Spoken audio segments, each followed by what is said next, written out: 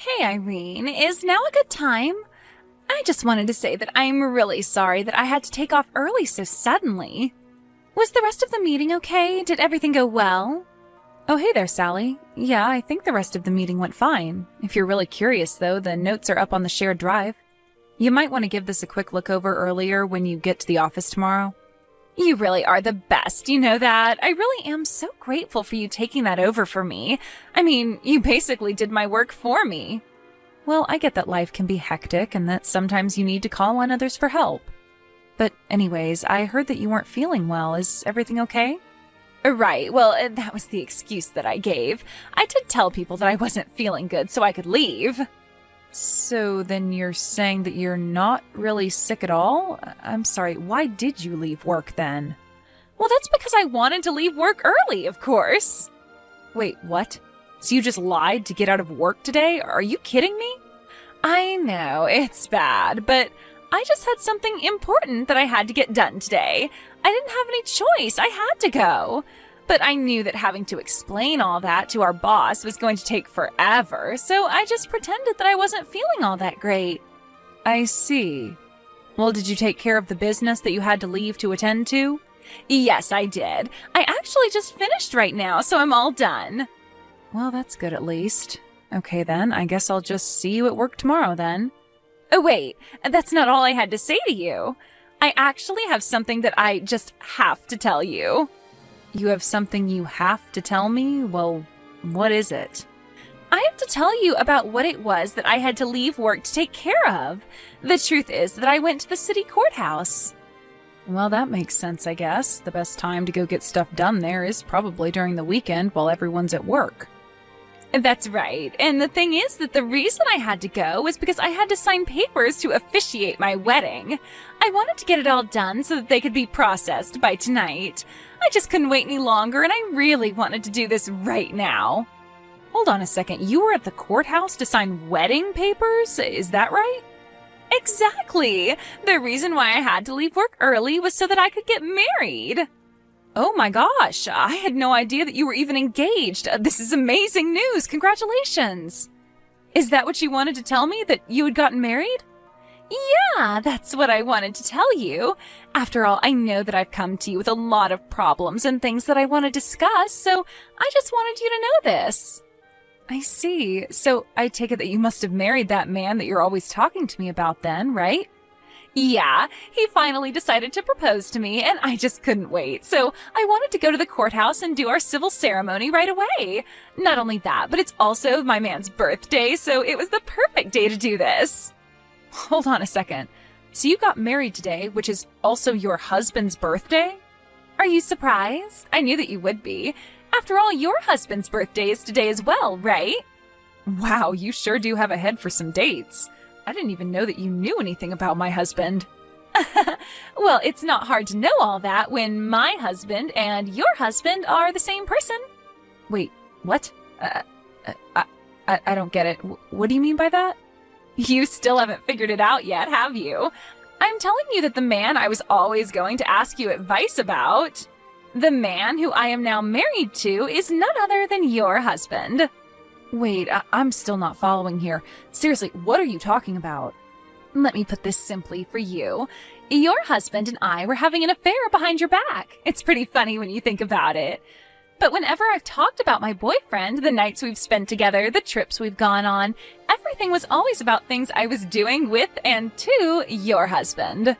But now that you know the truth, I really just can't help but laugh. It really is so funny that it took me telling you for you to figure it out. You can't be serious, right? Are you really having an affair with my husband? I have said pretty much that in at least 3 different ways now. But you know, affair makes it sound so dirty. The truth is that Jerry and I love each other, and now I'm his wife. Wait a second. So you're telling me that you went to the court to get married today, and the man who signed those papers as your husband was my husband, Jerry? That's exactly what I'm saying. Are you finally starting to put it all together now? But that can't be. I mean, Jerry and I aren't even divorced, unless you're also telling me... That's right, you've already been divorced, and you didn't even know. He did it 3 days ago. You mean that Jerry divorced me 3 days ago? But I I don't remember ever signing or agreeing to anything at all. I don't get it. Oh, you don't need to worry about that. You see, your husband asked me to look at examples of your handwriting, and so I just forged your signature. And then Jerry and I went to the courthouse together to submit those papers. But that's illegal. Sally, you're admitting to a crime right now. You realize that, right? A crime? What are you talking about? I don't get how anything that helps two star-crossed lovers like us marry each other could ever be a crime. We were only doing what we had to do before we could get married, you see? I don't know what to say right now. Well, I certainly hope that you're not going to try and put up a fight about this. It's too late anyways. What's done is done. But, I mean, to think that Jerry would actually cheat on me with you? Well, he didn't cheat on you. He was only sleeping with his future wife before I became his wife. So I think you need to realize that he is all mine and no one wants you. You two are divorced now and you're nothing to him. So I want you to pack up your things so that you can leave your house and make room for me. I'm sorry, you're telling me to move out of my own house? Well, no duh.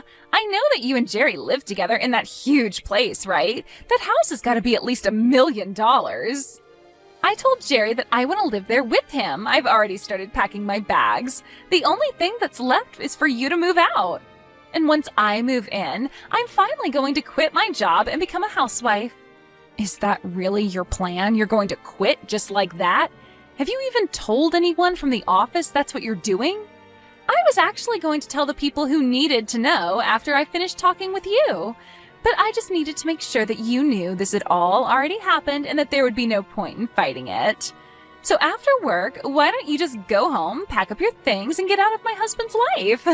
Anyways, Jerry and I have a little dinner date to celebrate our getting married. I've got to go now. Wait, what? You can't just say all of that and then just run off without any further explanation. That's crazy. Jerry, what in the world is going on right now, huh? Did you seriously divorce me and get married to another woman? You realize that we were still in the middle of working a lot of things out, weren't we? Well, I figured that this was just the easier way to do things. Besides, I didn't think you'd go along with the divorce if I brought it up. That's because I only found out that you were cheating on me a week ago. We were still in the middle of talking about what we were going to do. But I guess you already know what you wanted to do since you went and got us divorced. What in the world were you thinking doing that, huh? Well, I thought that it was the only way I'd be able to marry Sally. Don't you get it? I mean, did you really think that I would choose staying with you when I have a young, pretty thing like Sally waiting for me instead?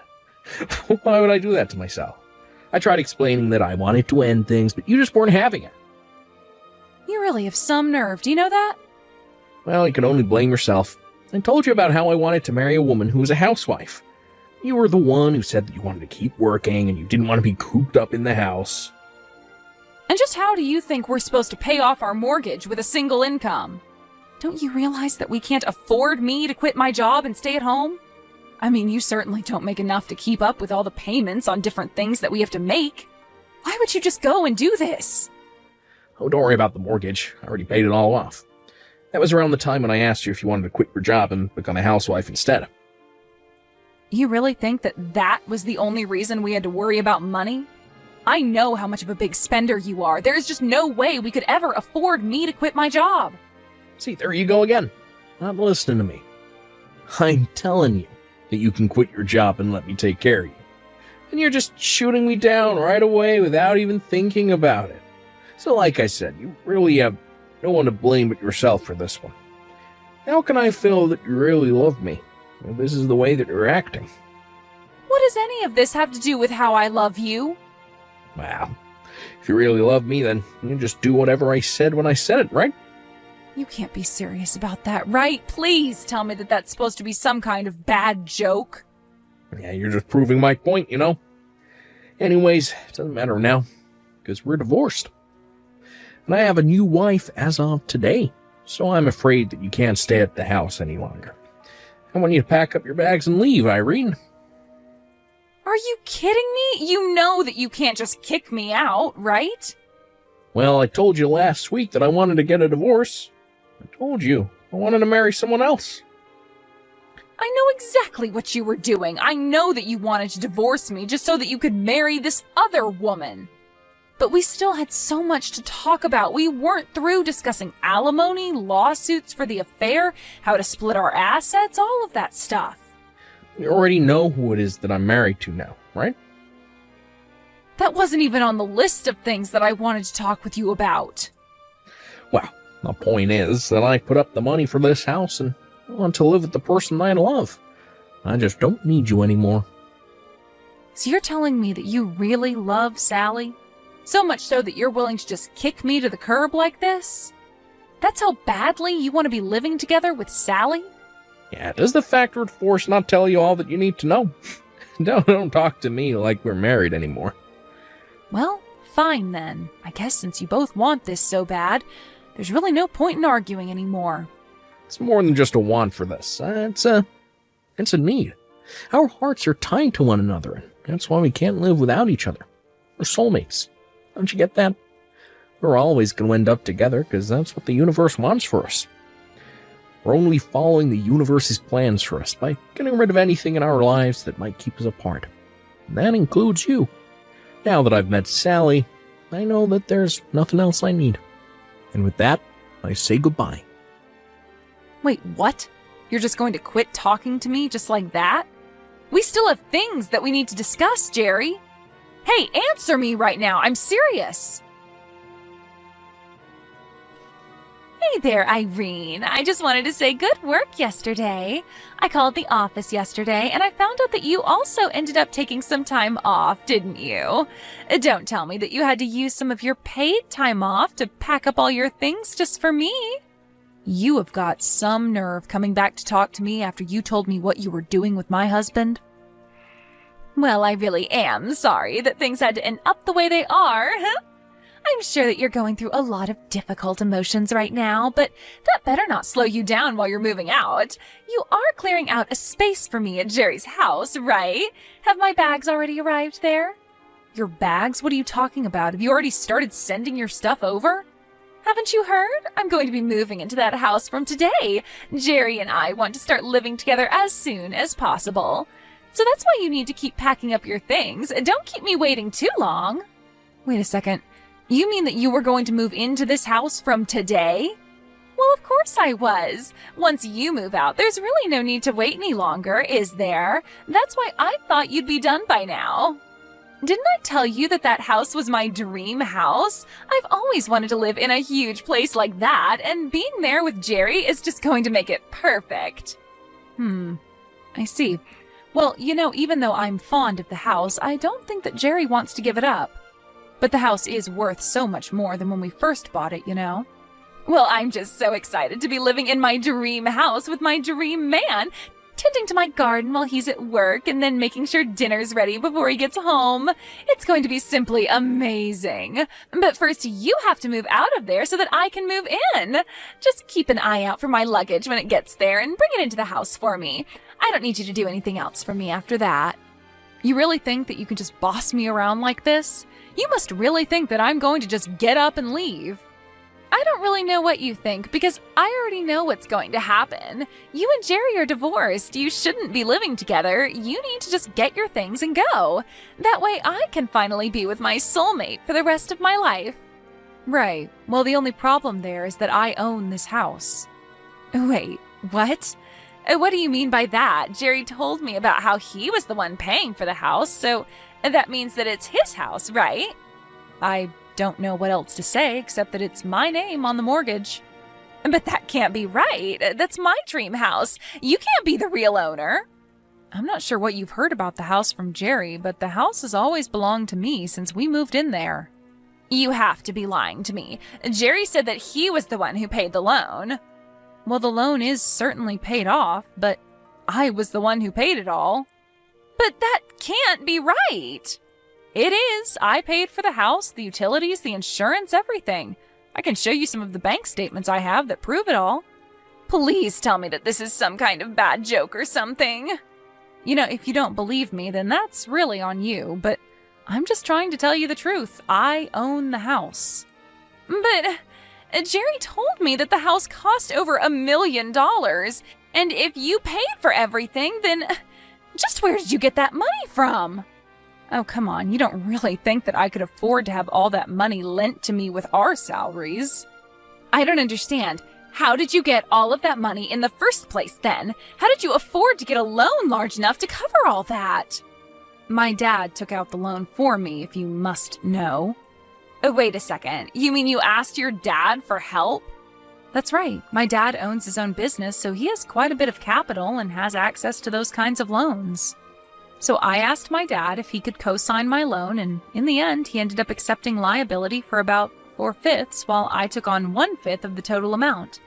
But then because my dad paid off the loan, I was basically just repaying my dad with no interest. So when I finished paying for the house, I really just finished paying my dad back.